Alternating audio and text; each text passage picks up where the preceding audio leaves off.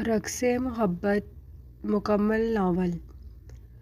اس کا نکاح جس شخص کے ساتھ پڑھایا گیا تھا وہ نابینا تھا۔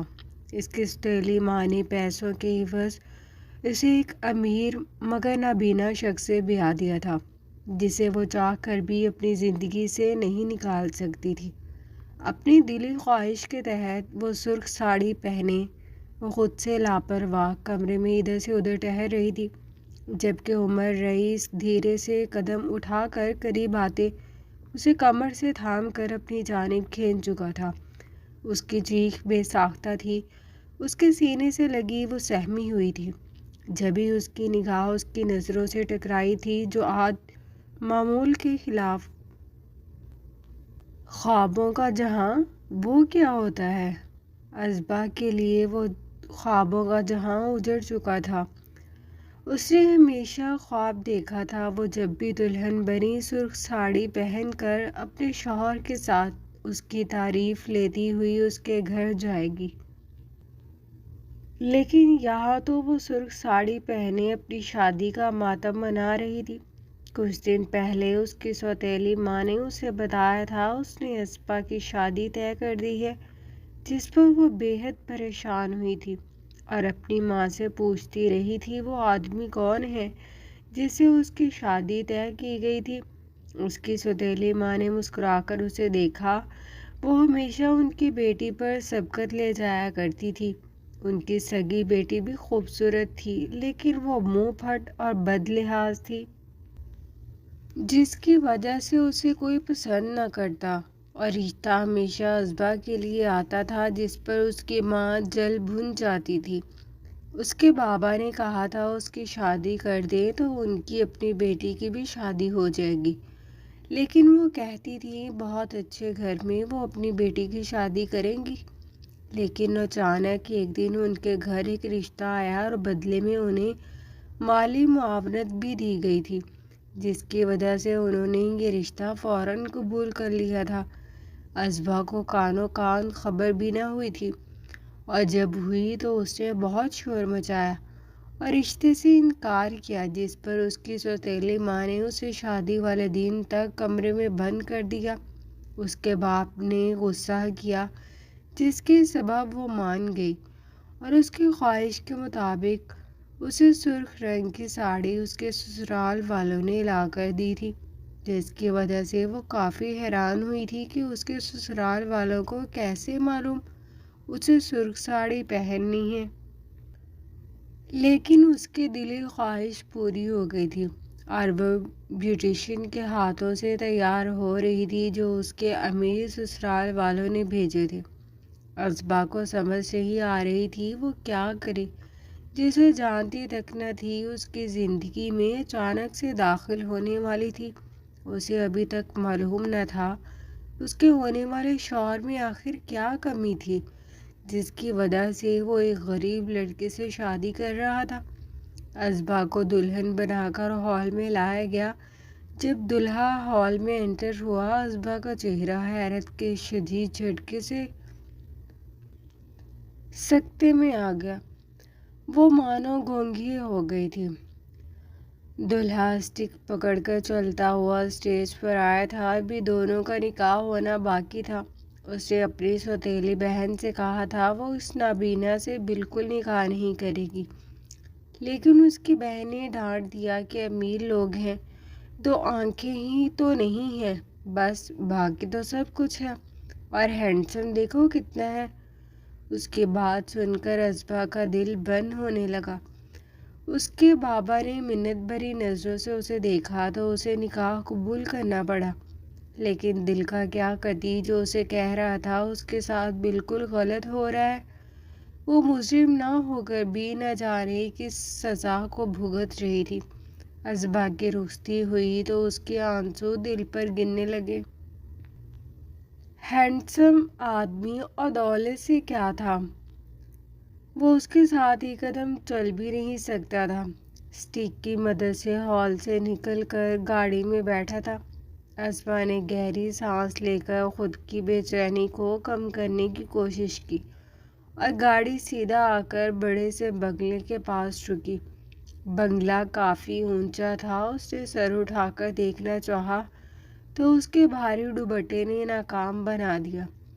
وہ سر جھکا کر گاڑی سے نکلی اور اس کا دلہا نہ جانے نکلنے کے بعد کہاں غائب ہو گیا تھا۔ اسی کمرے میں لا کر بٹھایا گیا۔ دلہے کی ماں نہیں تھی، بس دو بہنیں تھیں جو شادی کے لیے دوسرے ملک سے آئی تھیں اور ولیمے کے بعد انہیں واپس جانا تھا۔ اس کے ماں باپ یک کے بعد دیگرے چل بسے تھے اور ایک بھائی تھا جو عمر رئیس کا جڑواں بھائی تھا۔ وہ شادی میں نہ جانے کیوں نہیں آیا تھا۔ وہ سرخ ساڑی پہنے، دوپٹہ اتارے، خود سے لاپرواہ کمرے میں ادھر سے ادھر ٹہل رہی تھی۔ اس کا بس نہیں چل رہا تھا وہ اس کمرے سے اور اس نابینا کی زندگی سے کہیں دور بھاگ جائے، لیکن وہ ایسا کچھ نہیں کر سکتی تھی۔ اس نے غصے سے ہیلز پاؤں سے اتاری اور قالین پر جیسے نازک پاؤں رکھا، یوں لگا وہ نرم سے گدے پر چل رہی ہو۔ وہ ابھی سکون کی سانس بھرتی کہ اچانک کمرے کا دروازہ کھلا اور اس کا شوہر اسٹک کی مدد سے کمرے میں داخل ہوا۔ عمر رئیس دھیرے دھیرے سے قدم اٹھاتا، اسٹک ایک جانب پھینکنے کے بعد اس کے قریب آتے اسے کمر سے تھام کر اپنی جانب کھینچ چکا تھا۔ اس کی چیخ بے ساختہ تھی۔ وہ اس ابتداء کے لیے تیار نہ تھی، اس لیے کٹی پتنگ کی طرح اس کے سینے سے جا لگی۔ وہ سہمی ہوئی تھی جبھی اس کی نگاہ اس کی نظروں سے ٹکرائی تھی جو آج معمول کے خلاف اس کی جانب دیکھ رہی تھی۔ اسبا جو اس سے لڑنے کی تیاری میں تھی، لبوں پر زبان پھیر کر اسے دیکھنے لگی۔ آپ ایسے کیا دیکھ رہے ہیں؟ اسے خدشہ ہوا کہ وہ اسے دیکھ سکتا تھا۔ دل کی نگاہوں سے دیکھنے پر کوئی پابندی تو نہیں ہے بیگم؟ اس نے مسکراتے لہجے میں کہا تو اسبا نے نفی میں گردن ہلائی۔ نہیں، وہ تو میں بس اس نے گمبھیر لہجے اور سخت وجود کو دیکھ کر اسبا کی جان ہوا ہوئی تھی۔ وہ اس کے آنے سے پہلے پلان بنا رہی تھی کہ وہ اسے خود سے دور رکھے گی اور یہ کہے گی وہ کہے گی، اور اس کے سامنے آتے ہی اس کے سارے پلانز غائب ہو گئے تھے۔ اس کے بازوؤں میں قید، وہ کچھ کرنے یا کہنے کے قابل ہی نہیں رہی تھی۔ کیا ہوا، کچھ بول کیوں نہیں رہی ہو؟ اس نے سرسری لہجے میں پوچھا تو اسبا نے فوراً نفی میں سر ہلایا جیسے وہ دیکھ سکتا ہو۔ نہیں، وہ میں نروس ہوں۔ اس نے دور ہونے کی کوشش کرتے ہوئے کہا تو وہ اسے مزید قریب کیے اس کے چہرے کے نقوش پر اپنی گرم سانسیں چھوڑنے لگا۔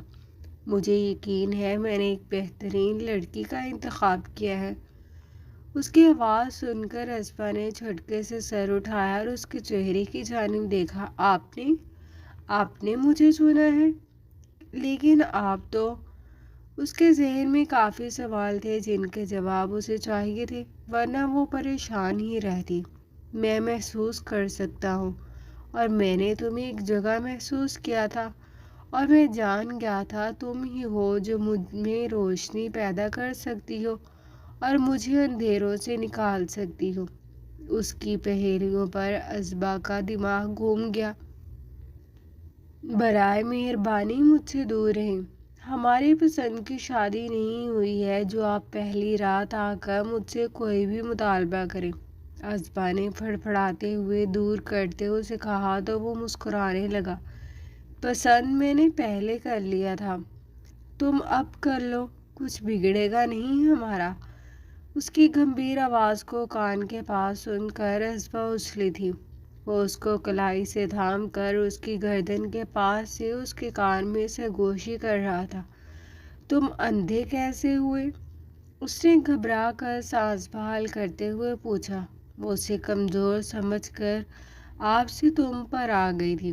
بچپن سے ہوں۔ تمہیں کیا مسئلہ ہے میری آنکھوں سے؟ تمہاری خوبصورتی میں محسوس کر سکتا ہوں، کیا یہ کافی نہیں ہے؟ اس کے سرد لہجے پر وہ نفی میں سر ہلانے لگی کہ وہ ڈر گئی تھی۔ اس کا قریب آنا اور اتنے پختہ لہجے میں بہت کچھ باور کروانا کافی تھا کہ وہ کیا کیا کر سکتا ہے۔ مجھے نیند آ رہی ہے، اس نے سہم کر کہا تو عمر رئیس کے چہرے پر مسکراہٹ نے احاطہ کیا۔ سو جاؤ۔ وہ فوراً سے ایسے بھاگی جیسے کسی قید سے رہائی مل گئی ہو۔ ساڑی پہن کر سو گی کیا؟ اس نے پوچھا تو ازبا حیرت سے بیڈ پر سے اٹھی۔ اب اسٹوپڈ سی سوچ آئے گی، مجھے کیسے پتا ہے نا؟ میرے قریب آئی تھی، میں محسوس کر چکا ہوں تم نے کیا پہنا ہوا ہے۔ سارے فالتو سوال تمہارے دماغ میں ہی گھر کیے ہوئے ہیں۔ اس کی بات سن کر ازبا نے سر جھٹک کر کپڑے نکالتے ہوئے واش روم کی راہ لی۔ وہ کپڑے تبدیل کر کے باہر آئی تو عمر رئیس کے ہاتھوں میں اس کا نائٹ سوٹ تھا۔ اس نے آواز پر گردن اٹھائی تو ازبا کو یوں محسوس ہوا اس نے ازبا کو اندر تک جھانک کر دیکھ لیا ہے۔ ازبا محتاط انداز سے چلتی ہوئی بیڈ پر آئی اور آ کر لیٹ گئی۔ وہ واش روم میں گیا تو ازبا کو لگا اب وہ سانس لے سکتی ہے۔ وہ سوچ رہی تھی اندھا ہے تو اسے ڈرا دھمکا کر رکھ لے گی، وہ تو الٹا شیر کی طرح دبانے والا نکلا تھا۔ کافی دیر تک وہ سوچتی رہی اور پھر واش روم کا جیسے ہی دروازہ کھلا عمر باہر آیا اور ادھر ازبا نے فوراً سے آنکھیں بند کر لی تھی، کہیں وہ اس کے ساتھ محبت بھری باتیں نہ کرنی شروع کر دے۔ اس نے بیڈ پر لیٹ کر لائٹس آف کی اور کمفرٹر تان کر سونے کی کوشش کرنے لگا۔ ازبا نے جو نظر اس پر ڈالی وہ پلٹ کر اس کی جانب رخ پھیر گیا تو ازبا نے فوراً آنکھیں بند کر لی۔ میں نے سنا تھا لڑکیوں کو نئی جگہ پر نیند نہیں آتی ہے اور یہاں میری خوبصورت بیوی سو رہی ہے۔ اس کی گمبھیر آواز ایک بار پھر پاس سے گونجی تو وہ گھبرا سی گئی۔ ہاں میں ان لڑکیوں میں نہیں ہوں، میری تو آنکھ بھی لگ گئی ہے، اس نے بے وقوفی سے جواب دیا تو عمر رئیس ہنس پڑا۔ اچھا، آنکھ لگنے کے بعد جواب بھی دے لیتی ہو؟ اس کی بات سن کر ازبا نے تھوک نگلا۔ بھلا اسے جواب دینے کی ضرورت ہی کیا تھی؟ وہ اگر اس کے ساتھ کچھ کر بیٹھا تو؟ اس نے گھبرا کر آنکھیں کھول کر اس کی جانب دیکھا تو وہ مسکراتے ہوئے آنکھیں بند کیے ہوئے تھا۔ اس کا چہرہ بہت خوبصورت تھا۔ ازبا کئی پل تک اسے دیکھے گئی، پھر اس کی آنکھ لگ گئی تھی۔ ایک گھنٹے بعد عمر اٹھا اور آہستہ سے دروازہ کھول کر باہر نکل آیا۔ اس کا رخ ایک دروازے کی جانب تھا، اس کے قدم آہستہ مگر مضبوطی سے اٹھ رہے تھے۔ اس نے ایک دروازہ کھولا تو اس کی ہم شکل کا ایک اسی کی عمر کا شخص نظر آیا جو رئیس کا جڑواں بھائی تھا۔ بھائی، اس نے عمر کو دیکھ کر آواز لگائی۔ وہ اس کے پاس آ کر بیٹھ گیا۔ بھائی، وہ تڑپ رہا تھا۔ بھائی کی جان بولو، اس نے مضبوطی سے اسے تھاما ہوا تھا۔ وہ سن نہیں سکتا تھا، وہ اس کا ذہنی توازن کچھ سال پہلے خراب ہوا تھا۔ سال کی عمر میں ایک ایکسیڈنٹ ہوا تھا جس کے بعد سے اس کے بھائی نے اپنی سننے کی صلاحیت کھو دی تھی۔ عمر نے اسے اشارے سے بات سمجھائی تو وہ سمجھ کر بھائی بھائی کرنے لگا۔ 7 سال کی عمر تک اسے جو الفاظ یاد تھے وہ وہی بولتا تھا اور بھائی اسے کبھی بولتا ہی نہیں تھا۔ اس نے ہمیشہ اپنے بھائی کو ساتھ پایا تھا، جبکہ اس کی بہنیں اس کی خدمت کر کے بیزار تھی۔ عمر نے اسے دوا کھلا کر سلا دیا اور خود کمرے میں چلا آیا جہاں ازبا پرسکون سی نیند لے رہی تھی۔ اس نے آنکھیں بند کر لی تھی۔ دوسرے دن ولیمہ تھا اور سب تیاریوں میں لگے ہوئے تھے۔ صبح اٹھ کر ازبا تیار ہو کر باہر آئی تو سب ناشتہ کر رہے تھے۔ ان سب نے ازبا کو خوش آمدید کہا اور وہ جا کر عمر کے برابر والی کرسی پر بیٹھ گئی۔ ازبا، تمہیں بھائی سے پریشان ہونے کی ضرورت نہیں ہے، بھائی بہت اچھے ہیں، اپنے سارے کام خود سے کرتے ہیں، بلکہ تم کہو گی تو تمہارے 10 کام کر دیں گے، اور کبھی کبھی یوں لگے گا یہ تمہیں دیکھ رہے ہیں، کبھی کبھی تو ہم بھی ڈر جاتے ہیں۔ اس کی نند نے عمر کے بارے میں بتاتے ہوئے کہا۔ وہ ناشتہ کرنے میں مصروف تھا۔ ایک ملازم وہاں عمر کے بھائی کو ناشتہ کروا رہا تھا۔ وہ مسکرا کر ازبا کو دیکھ رہا تھا۔ وہ عمر سے بہت ملتا تھا، دونوں کے نقوش میں تھوڑا سا فرق تھا، جبکہ آنکھوں کا رنگ بالکل مختلف تھا۔ ناشتہ سب کرتے ہوئے ولیمے کی تیاری کرنے کے لیے اٹھ گئے تھے۔ اسبا نے پہلی بار اتنے اچھے ناشتے دیکھے تھے۔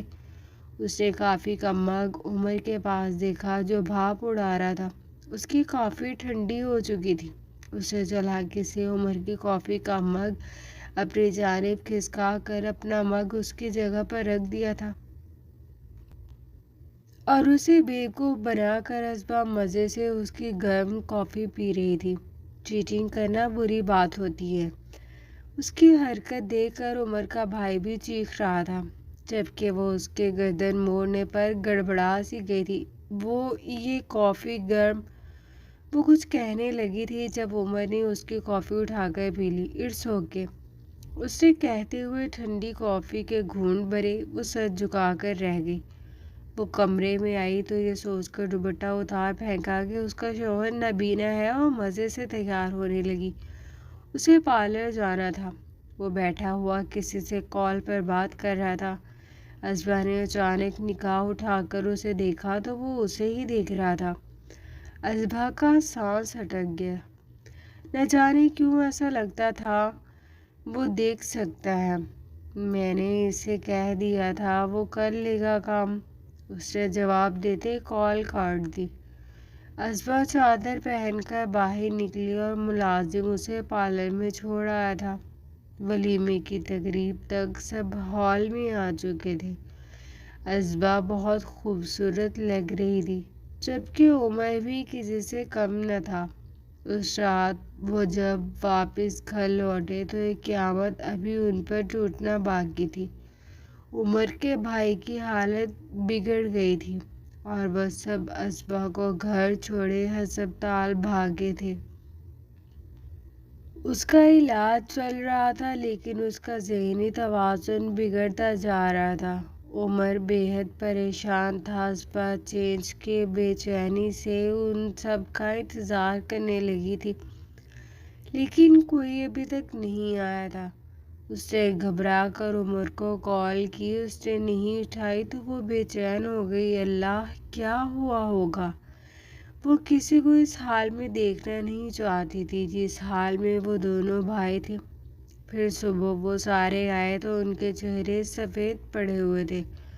عمر کی آنکھیں سرخ ہو رہی تھی۔ اسبا بھی کچھ پوچھتی کہ پیچھے سے میت گھر میں آئی۔ اسبا نے منہ پر ہاتھ رکھ لیا۔ بھائی، اس لڑکی کی وجہ سے ہوا ہے یہ سب۔ یہ جیسے ہی اس گھر میں آئی ہے سب کچھ بگڑ گیا ہے۔ اس کی 4 سالہ چھوٹی بہن نے اسبا پر الزام لگایا۔ وہ نفی میں سر ہلاتے ہوئے پیچھے قدم اٹھانے لگی۔ عمر رئی سرخ نم آنکھوں سے اسبا کو بازو سے تھام کر ساتھ کھڑا کر چکا تھا۔ اسے میں نے خود اپنی زندگی میں شامل کیا ہے اور ہر چیز کی ذمہ داری میری ہے۔ اس کے خشک لہجے میں کہنے پر سب کو سانپ سونگھ گیا تھا۔ کچھ دیر بعد میت اٹھی تو گھر میں کوہرام مچ گیا تھا۔ پورا گھر سوگ میں ڈوبا ہوا تھا۔ اسبا نے کمرے میں آ کر عمر کو گمسم دیکھا تو اس کے کندھے پر ہاتھ رکھا۔ وہ چونک گیا، پھر اس کے ہاتھ پر ہاتھ رکھ دیا۔ تم آرام کر لو، اس نے کہا اور اٹھ کھڑا ہوا۔ آپ دیکھ سکتے ہیں، اس نے اچانک کہا تو عمر کے بھائی جاتے قدم تھمے اور اس نے پلٹ کر اسبا کو دیکھا۔ میں غلط نہیں تھی، آپ دیکھ سکتے ہیں، اس نے نم آنکھوں سے کہا۔ آپ نے ایسا کیوں کیا؟ اس نے جیسے شکوہ کرتی ہوئی نظروں سے پوچھا تھا۔ لمبی کہانی ہے، بعد میں بتاؤں گا۔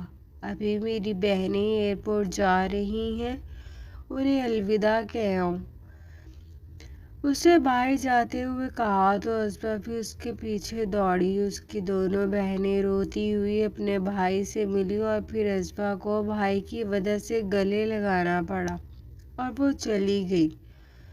اس پورے گھر میں اب بس وہ دو ہی رہ گئے تھے۔ وہ اسبا کی جانب پلٹ کر اس کی جانب جانے لگا۔ اسبا گھبرا کر الٹے قدم اٹھانے لگی۔ مجھ سے ڈرتی کیوں ہو؟ ان 3 دنوں میں ایک دفعہ بھی تمہارے ساتھ کچھ غلط کیا ہے میں نے؟ اس نے ازبا کو کندھے سے تھام کر سرد لہجے میں پوچھا تو ازبا کا سر نفی میں ہلا نہیں۔ اس نے آنسو پیچھے دھکیل کر کہا، نہ جانے زندگی اور کیا دکھا دی۔ میں دیکھ سکتا ہوں تمہیں آج سے چند سال پہلے ایک روڈ پر دیکھا تھا۔ تم ایک اندھے کو روڈ کراس کروانے میں مدد کر رہی تھی اور پھر میں نے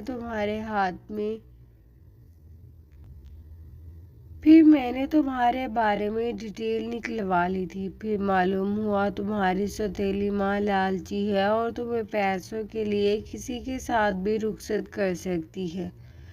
میں اندھا تھا، میں نے لالچ دی اور تمہیں رخصت کروا لیا۔ اس دن جو تمہارے لیے اپنائیت اور جذبہ پیدا ہوا تھا، تمہارے ساتھ رہ کر وہ بڑھ گیا۔ میں دیکھتا تھا تم راستے میں سے چیزیں ہٹاتی ہو کہیں مجھے چوٹ نہ لگ جائے، اور میں نے بالکل ٹھیک انتخاب کیا تھا۔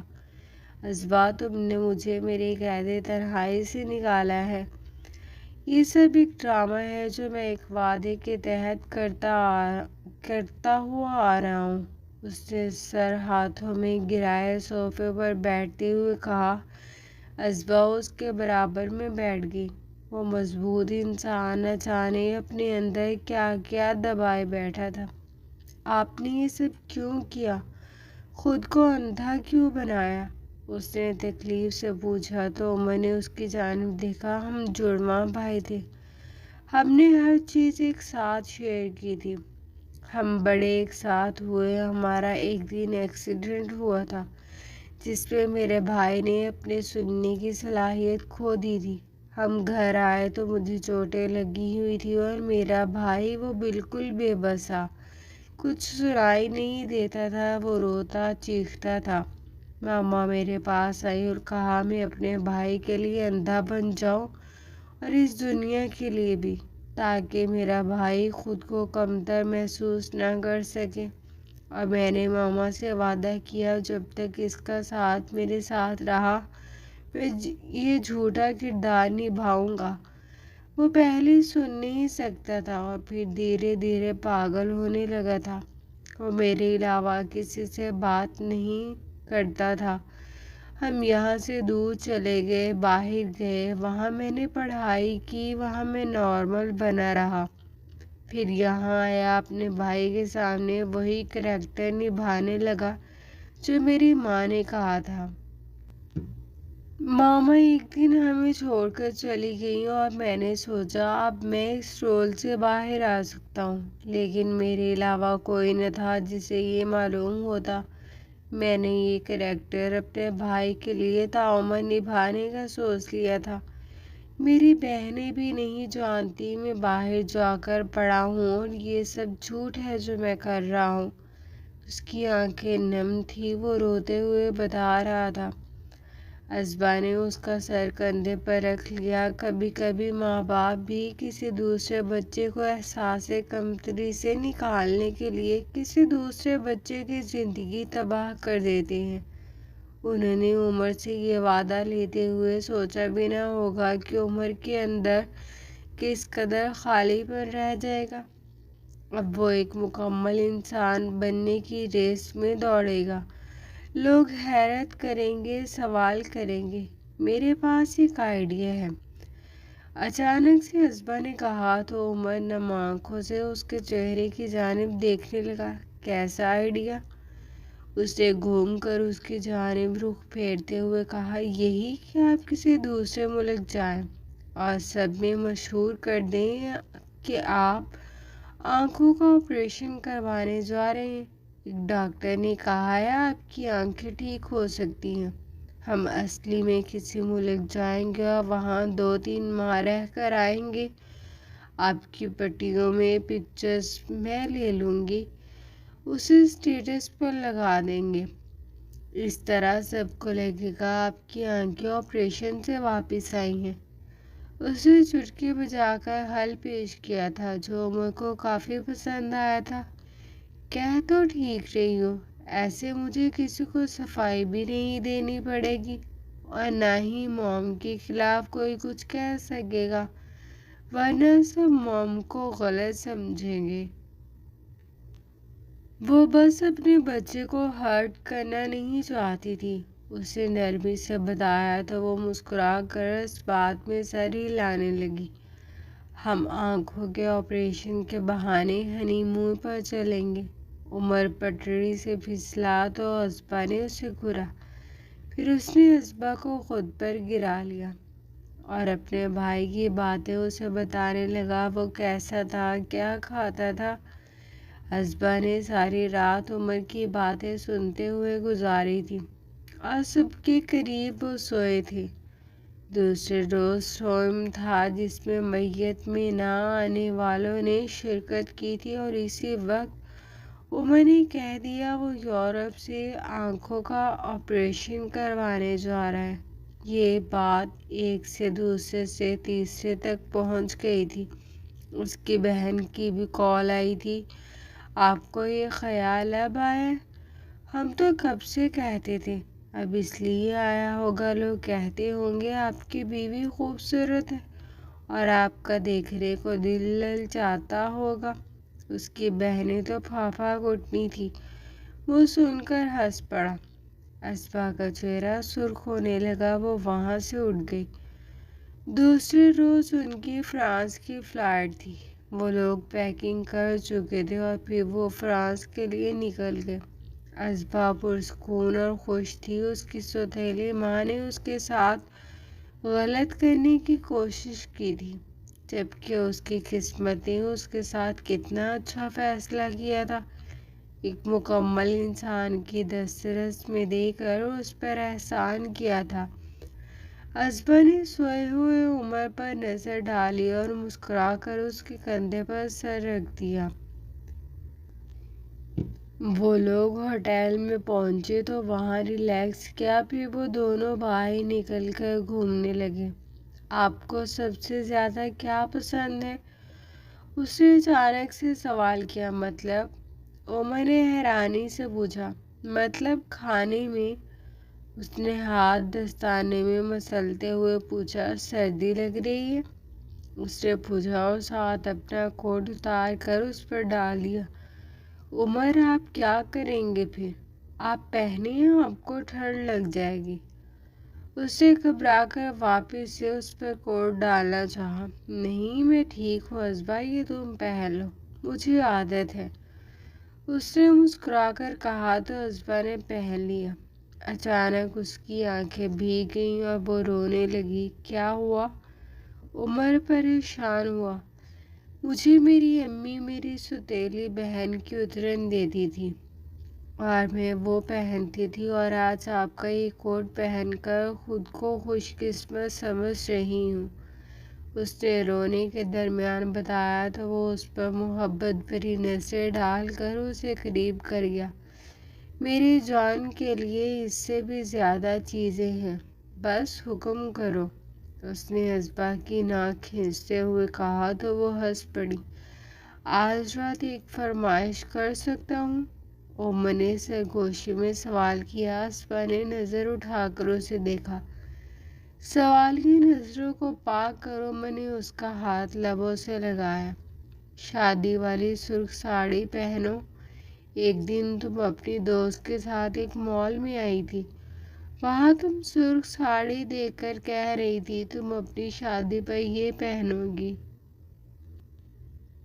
جب سے تمہاری یہ خواہش میرے دل میں تھی، میں تم سے جب بھی شادی کروں گا تو تمہیں خوبصورت سی ریڈ ساڑی دوں گا، اور دیکھو میں نے اس بات کو یقینی بنا لیا کہ تم ہی میری بیوی بنو، اس نے مسکرا کر کہا تو ازبا نے نم آنکھوں سے اسے دیکھا۔ میں آپ کا کس طرح سے شکریہ ادا کروں، میں تو گنگ ہی ہو گئی ہوں، ازبا نے کہتے ہوئے سر اس کے سینے سے ٹکا دیا۔ عمر نے مسکرا کر اس کے سر پر بوسہ دیا اور یہاں سے ان کے درمیان ہر چیز نے ٹھیک ہونا شروع کیا تھا۔ اس رات وہ عمر کی خواہش پر ریڈ ساڑی پہنے جو عمر نے جان کر اس کے بیگ میں رکھی تھی۔ وہ پہن کر تیار ہوئی اور اس دوران عمر نے کمرے کو خوبصورتی سے سجایا تھا۔ وہ ہر چیز چیک کر چکا تھا کہ ہوٹل روم میں کیمرے نہ ہوں، ان کی پرائیویسی زیادہ ضروری تھی۔ وہ تیار ہو کر باہر آئی تو عمر نے اسے وہیں سے گود میں اٹھا لیا اور گول گول گھمانے لگا۔ اصبا کہکا لگا کر ہنس پڑی، بہت زیادہ خوبصورت لگ رہی ہو۔ پتہ ہے اس رات میں نے اپنے جذبات کو کس طرح سلایا تھا؟ تم قیامت ڈھا رہی تھی اور مجھے سمجھ نہیں آ رہا تھا میں کس طرح خود کو کنٹرول کروں۔ اسے جذبات سے چور لہجے میں بتایا تو وہ اسے دیکھے گئی۔ مجھے پتا تھا آپ ٹھرکی ہیں۔ اس کی بات سن کر عمر کا کہکا جواندار تھا، یہ ٹھڑک نہیں محبت ہے۔ اس نے اصبا کو قریب کرتے ہوئے بتایا، کچھ بھی کہے مجھے آپ پر شادی کی رات سے شک تھا۔ اس نے منہ پھلا کر بتایا کہ وہ اس کے ہاتھ تھام کے بیٹھ گیا۔ شک تھا، یقین نہیں نا؟ اب میں نے خود تمہیں سب سچائی بتا دی ہے، اب تو میری محبت پر یقین ہے۔ اس نے ہاتھ آگے کرتے ہوئے سوال پوچھا تو وہ اسے دیکھنے لگی۔ مجھے خود سے زیادہ آپ پر یقین ہے عمر، اس نے مسکرا کر کہا تو وہ اسے دیکھ کر مسکرانے لگا، اور تمہارا عمر اس یقین کو کبھی ٹوٹنے نہیں دے گا۔ اس نے محبت سے اصبا کو باہوں میں بھر لیا تھا کہ وہ شرما کر اس کے سینے میں چھپ گئی تھی۔ وہ دونوں صبح ہوٹل میں ناشتہ کرنے آئے تھے اور اصبا کے سامنے جو چیز آتی وہ اسے پسند نہ کرتی واپس بھیج دیتی۔ عمر ہنسنے لگا، کیا کھانا ہے تم نے؟ تم تو ذرا سی محبت سے بگڑ گئی ہو۔ اس نے اصبا کے چہرے کے گرد اپنی نظریں باندھتے ہوئے پوچھا، آپ نے اب بگاڑ دیا ہے، اب آپ سدھارنے کی کوشش بھی مت کریے گا ورنہ آپ کے ساتھ اچھا نہیں ہوگا۔ اس نے انگلی اٹھا کر وارن کیا تو وہ اس کی انگلی تھام گیا اور فوراً لبوں سے لگا لی تو وہ سٹپٹا کر ادھر ادھر دیکھنے لگی۔ سب اپنے کاموں میں مصروف تھے اور ویسے بھی وہ پاکستان نہ تھا۔ عمر نے مسکراتی نظروں سے اسے دیکھا، ہم یہاں 2 ہفتے رک کر کہیں اور چلیں؟ اصبا نے پر امید نظروں سے دیکھتے اس سے پوچھا، بالکل، تم جہاں کہو، ہم ہنی مون پر آئے ہوئے ہیں۔ اس نے آنکھ دباتے ہوئے کہا تو اصبا نے چہرہ نیچے کر لیا۔ وہ ہنسنے لگا۔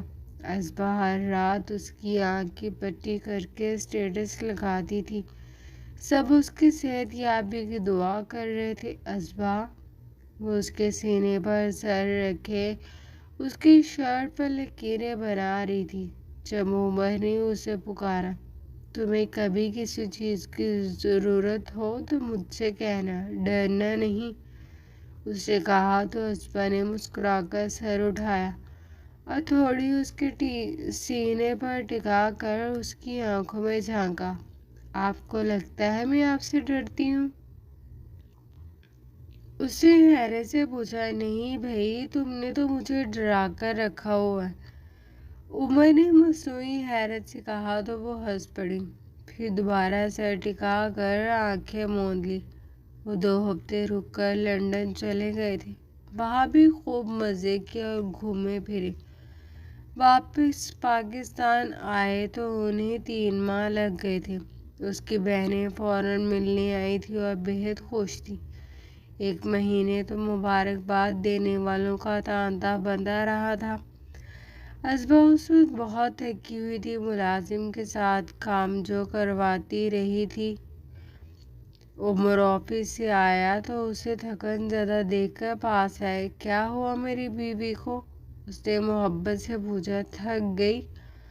اس نے کہا تو عمر نے اسے لٹا کر اس کے پاؤں دبائے۔ وہ کچھ ہی دیر میں نیند کی پرسکون آغوش میں چلی گئی تھی۔ عمر نے کمفرٹر اسے اڑایا اور لائٹس آف کر کے واش روم چلا گیا۔